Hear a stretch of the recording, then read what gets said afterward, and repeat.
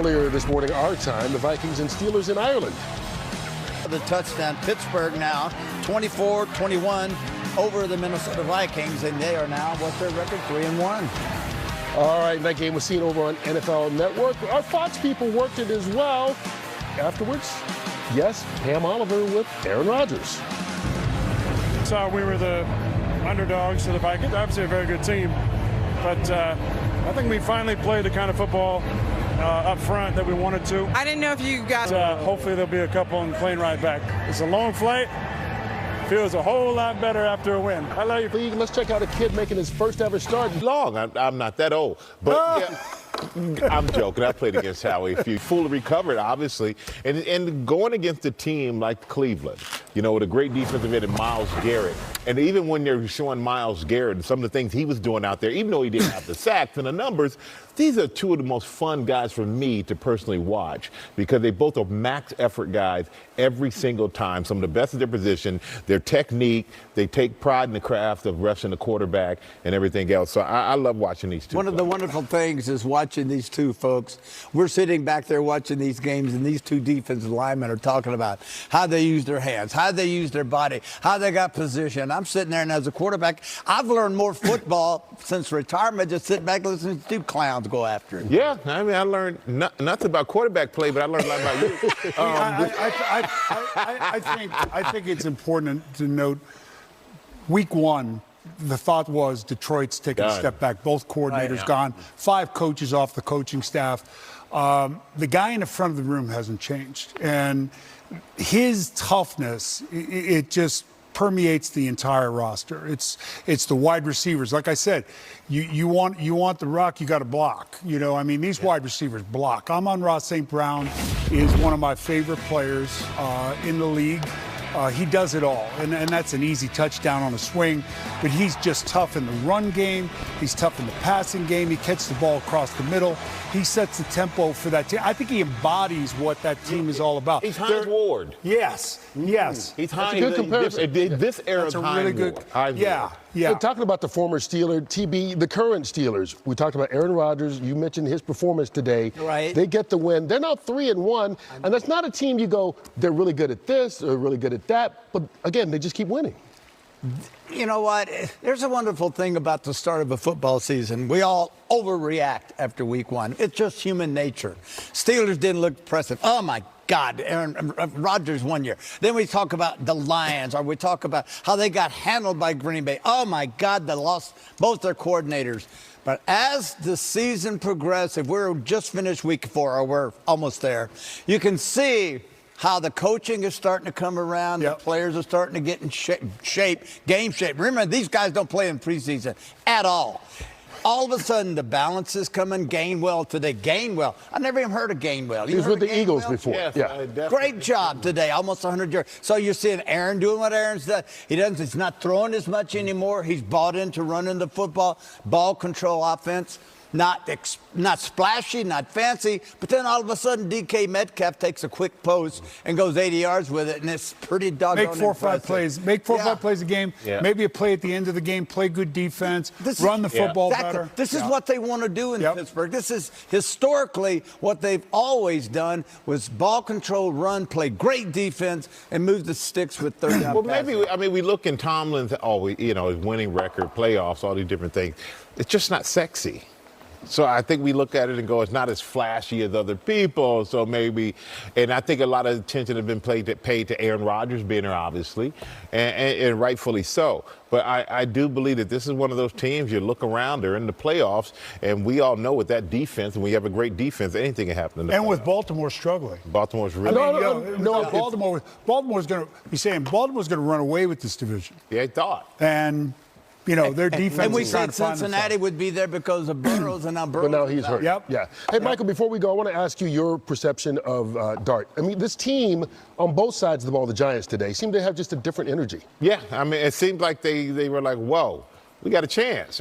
For some reason, the energy was just different. Not saying anything that they didn't get executed on before. Even a little trick play, the shovel pass that they showed there for the touchdown, something looked similar to what the Eagles did earlier in the day as well. But I just think that this is a new energy for the team. This kid is the future. That's what they drafted him for. That's what they hope for him to be.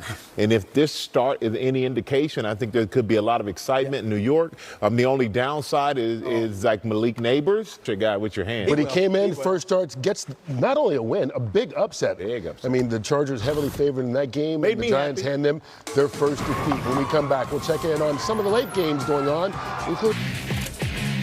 Well, the floor is back, and it's a state showdown. Join host Rob Lowe as the All-American competition kicks off.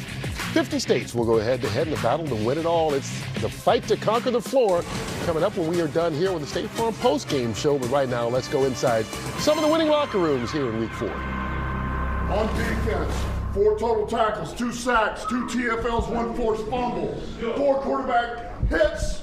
All right, Aiden Hutchinson. Oh, yeah!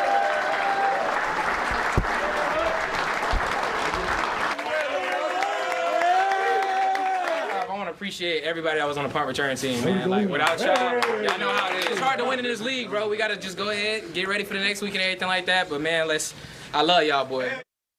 Guys, 4-0 is good, right?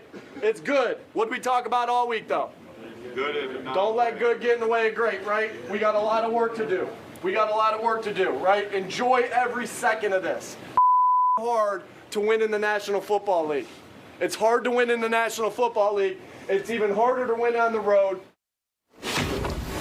He doesn't get credit. Maybe it's time to start talking about Nick Sirianni as one of the best coaches in football. Yeah. I mean, he wins Super Bowls. He wins games during the regular season as well. That sets it pretty good. Exactly. All right, let's get to the late game starting in San Francisco.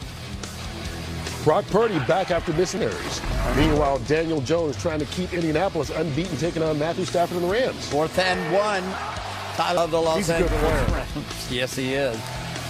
Lamar Jackson, quarterback City Chief. Justice Hill, yes. Bears trying to follow up last week's big win with another. They lead it 3-0 near the end of the first quarter as they take on the Las Vegas Raiders. All right, some of the early games, Michael, already in the books. What impressed you the most today so far? Oh, man.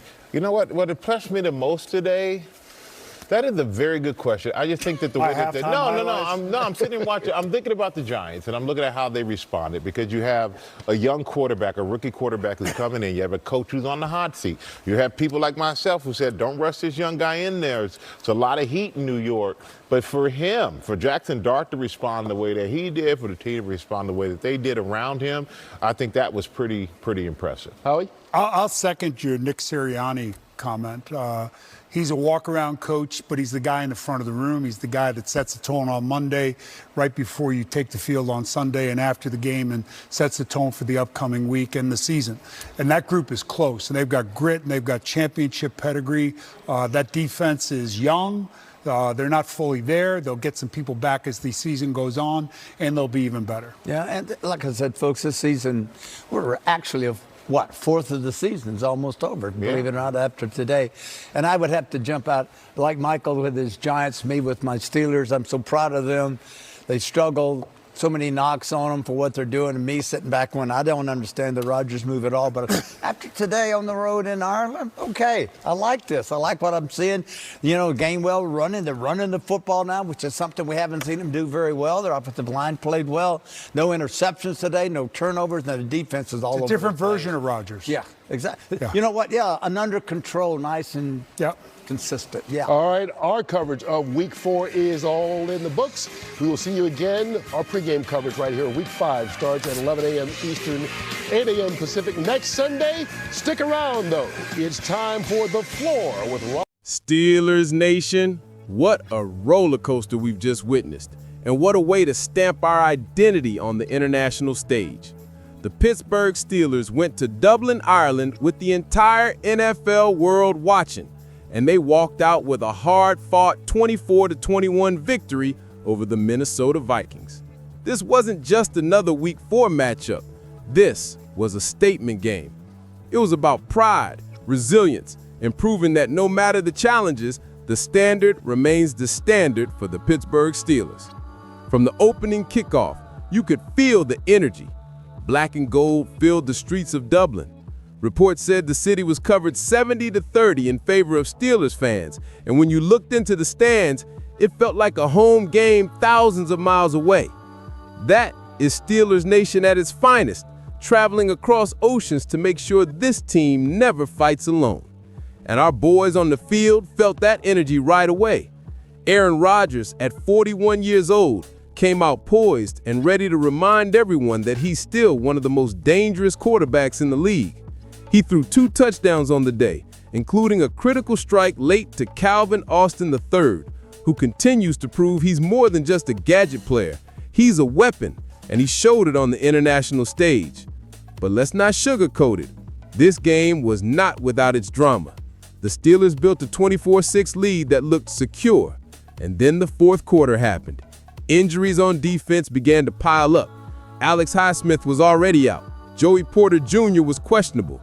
Jonnu Smith popped up late on the injury report, and you could see Mike Tomlin's defense leaking oil. The Vikings smelled blood and fought back with 2 late touchdowns, making this a nail-biter in the final minutes. But here's the beauty of this team. Even when the defense was stretched thin, even when the offense wasn't firing on all cylinders, they still found a way to win. That still is football. And how about TJ Watt? Once again, when it mattered most, the heartbeat of this defense made his presence felt. Watt got home, he applied pressure, and he reminded Carson Wentz that nothing comes easy against Pittsburgh. Alongside Cam Hayward, who continues to defy age at 36 years old, the defense may not have been perfect, but they were clutch when it counted. That's what separates good teams from great ones, finding a way to finish even when the script turns against you. Now, let's talk about Mike Tomlin. Post-game, he didn't sugarcoat anything either. He said it himself. The defense was leaking oil with injuries, they couldn't run certain schemes, and that put them in a tough spot. But that honesty is what makes Tomlin one of the best leaders in the NFL. He acknowledges the flaws, but he always finds the solution. And make no mistake, he's right. The Steelers cannot afford to be passive on offense in those moments. Rodgers has to keep the foot on the gas, because in today's NFL, no lead is safe. That said, Tomlin also reminded everyone that this team is 3-1, standing strong in the AFC North, and proving that they can win ugly, they can win gritty, and they can win anywhere, even in Dublin. What does this mean for the bigger picture? Steelers Nation, this is huge. The Browns are struggling. The Bengals are banged up without Joe Burrow, and while the Ravens are always tough, Pittsburgh is in prime position to take control of this division. If Rodgers continues to protect the football, if the run game with Jaylen Warren can find some rhythm, and if Watt and Hayward keep leading this defense, the Steelers are not just playoff contenders, they're a team no one wants to face in January. Think about it. Rodgers just passed Brett Favre for 4th all-time in passing touchdowns. TJ Watt is still one of the most dominant defensive players in the league. Cam Hayward refuses to slow down.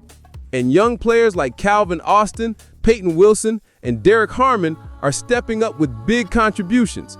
This roster is blending veteran leadership with hungry new talent, and that's a dangerous combination for the rest of the league.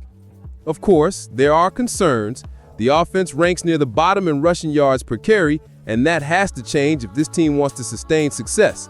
The defense, while opportunistic with turnovers, cannot afford to give up big runs and late touchdowns like we saw against Minnesota. But here's the key. Those are fixable problems. What you can't teach, heart, grit, resilience, the Steelers already have in abundance. So, as we move forward, Steelers Nation, understand this. This team is battle-tested. They've survived ugly wins, they've fought through injuries, they've silenced critics who said Rodgers was too old or that this defense was too fragile. And now, with momentum on their side, the path to the playoffs is wide open. The Steelers are 3-1, and history tells us that when this franchise starts strong, there were problems for the entire NFL. Steelers Nation, I want to hear from you. Do you believe this win in Dublin was the turning point of the season? Do you think Rodgers and Austin can continue to build their connection as a reliable duo? Are you confident this defense, even with injuries, can hold strong and carry this team deep into the year? Drop your thoughts in the comments. Hit that like button if you believe the Steelers are for real, and don't forget to subscribe right here to Steelers Nation Wire for all the latest news, reactions, and passion straight from the heart of Pittsburgh. This was a win for the city, a win for the fans, and a win that reminded the world of what Steelers football is all about. Tough, gritty, resilient, and victorious.